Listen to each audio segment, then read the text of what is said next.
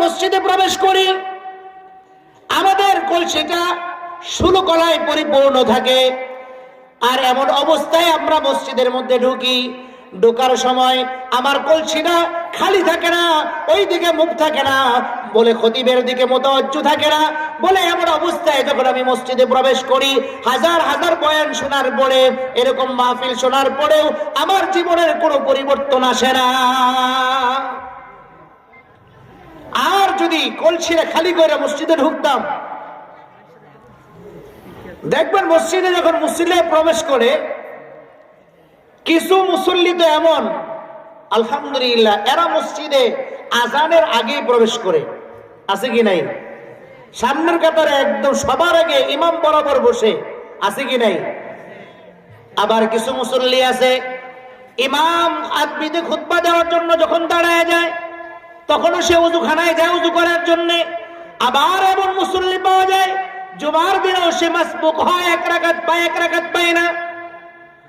আবার কিছু মুসল্লি মসজিদে প্রবেশ করে একবার খতিবের দিকে, মিম্বার ও মিহরাবের দিকে তাকায়, আরেকবার নিজের ঘড়ির দিকে তাকায়। আবার মসজিদের যদি সভাপতি আর সেক্রেটারি হয় তাহলে তো কোনো কথাই নাই, একবার ইমাম সাহেবের দিকে তাকায়, আরেকবার ঘড়ির দিকে তাকায়, আর মাঝে মাঝে ইমাম সাহেবকে খতিব সাহেবকে বুঝাইতে চায়, হুজুর কি বুঝাইতে চান, সময় হয়ে গেছে। কথা বলেন ঠিক কিনা? কি বুঝাইতে চায়? সময় হয়ে গেছে। মসজিদে ঢোকার পরে এই উদাসীনতা কেন? মসজিদে ঢোকার পরে এরকম পেরেশানি কেন? এর মূল কি? মূল কারণ হলো আল্লাহ রাব্বুল আলামিনের ঘর, আল্লাহর ঘরের মেহমান হওয়ার জন্য দুনিয়ার সব জায়গায় সব মজলিসে মেহমান হওয়ার জন্য কিছু যোগ্যতা লাগে। আজকের অতিথি তিনি এখানে আসছেন, এমনি আসেন নাই, তার সামাজিক একটা অবস্থান আছে। কথা বলেন ঠিক কিনা? সব জায়গার কিছু কারণ আছে, বিধান আছে।